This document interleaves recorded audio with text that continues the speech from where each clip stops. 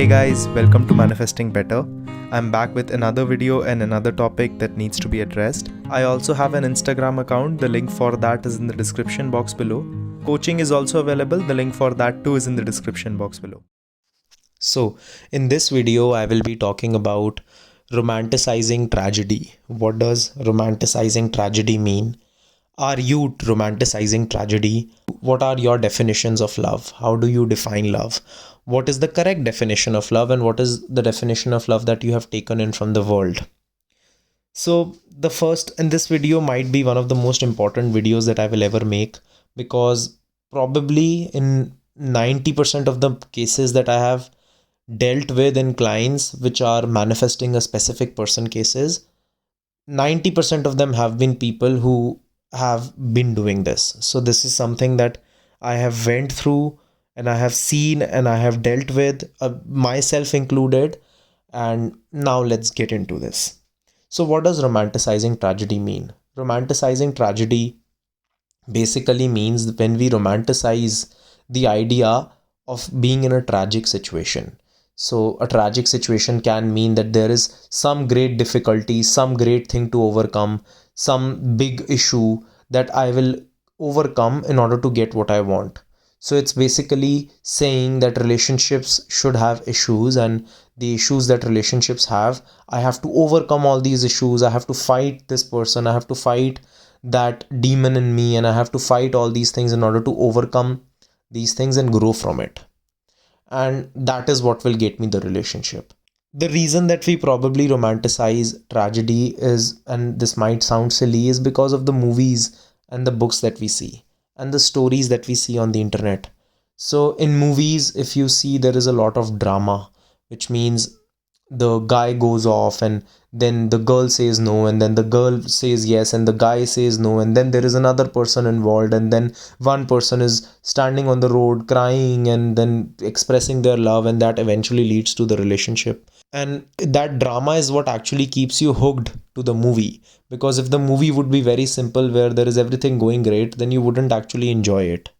And because of that, because we see that a lot in movies, what happens is we get to a point where we start to think that love means that if there is no tragedy, then that means that love is not working out. If there is no tragedy, that means that relationships are not working out. Similarly, we see that in books. In a lot of books, we see this happen. We see that the concept of being in a tragic situation is actually romanticized. The villain is there, and there is another person. There are two guys behind one girl, and they start to want her, and then the girl chooses one, and then she chooses the other, and the one does something. So it's basically creating a drama out of love, which you get hooked to, and that is the reason that you read these books.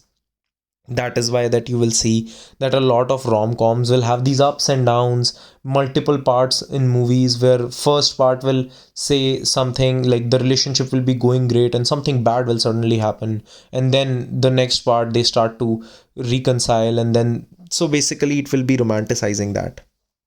The thing is that what it actually promotes is that relationships have to be difficult. It promotes that relationships cannot be easy and it cannot come to you effortlessly. It promotes that cheating is okay in relationships, and like you will be a victim of it. Or it promotes that uh, love fizzles out over a period of time, and it's okay for people to leave each other, and that you have to convince a lot of people and you have to actually fight for love, when in truth love is something that that can and should come effortlessly to you. It is not something that you need to fight for, and it is not something that you need to run after. What this also does, and this is where a lot of people get involved while manifesting a specific person in this set of feelings, is that we start to confuse the concept of love as obsession, the concept of love as craving, the concept of love as longing, the concept of love as chasing. And that is why when we say we love someone, in our minds we are actually obsessed with that person. But because we have started to define obsession as love, that is why we say we love someone. And that is when a lot of times people are chasing their specific person while manifesting them. They are consistently texting, consistently calling, stalking, and doing all these things, and telling themselves that, oh, because I love them, I'm doing this. But it's not because you love them that you're doing this. It's because in your mind, to a great extent, you have confused what love actually means. Love doesn't mean that you chase someone. Love doesn't mean manipulation. Love doesn't mean orchestration. Love is actually still, it's calm. It has that knowing involved. It first starts with you. First, you have that knowing. First, you have that definition of love in yourself. First, you know in your mind who you are and what you offer. And then you know in your mind that if I love someone, why won't they love me back? If I offer and bring so much to the table, why won't they want to sit on my table? When someone is involved in romanticizing tragedy, and this is how you can ask yourself if you are doing this, probably you would choose emotionally unavailable people. You would choose people who are not ready to give you the full thing because you don't actually feel safe around having the full thing. I talk a lot about safety in my last video, so you can check that out. But you don't actually feel safe around the idea of having the full thing. In your mind, you don't want the calm, content relationship, even though you say you do. But because your body is actually addicted to that drama, you're basically choosing people who will give you that drama. The second thing is that when the full manifestation comes, you will often feel that I have lost interest in that person. So maybe you were obsessed with someone to a great degree, and then that person started showing attention to you and you stopped liking them. To a great extent, it's not that you stopped liking them. To a great extent, what happened is that in your mind, you actually were not addicted to that person. You were addicted to the drama that that person offers. And because you were addicted to the drama that that person offers, you start to get involved in that situation and you start to receive that again and again. And as soon as that drama ends, your love, what you call love, ends. The other thing that happens is you cannot differentiate between what love is and what feeling rejected is. So that's why in these moments, what you call love is actually you feeling rejected. And that's the reason that you feel the need to run after this person or chase this person. And that's what you keep doing. Now, how to get into a place where you start to define love as what it is, and then you start to stop romanticizing the tragic events in life. First thing that you can do is you can make a list on what you actually believe love is. So in this list, be very authentic and be very true and honest with yourself. Write down what it actually means for you to be in love. What is it that you consider love?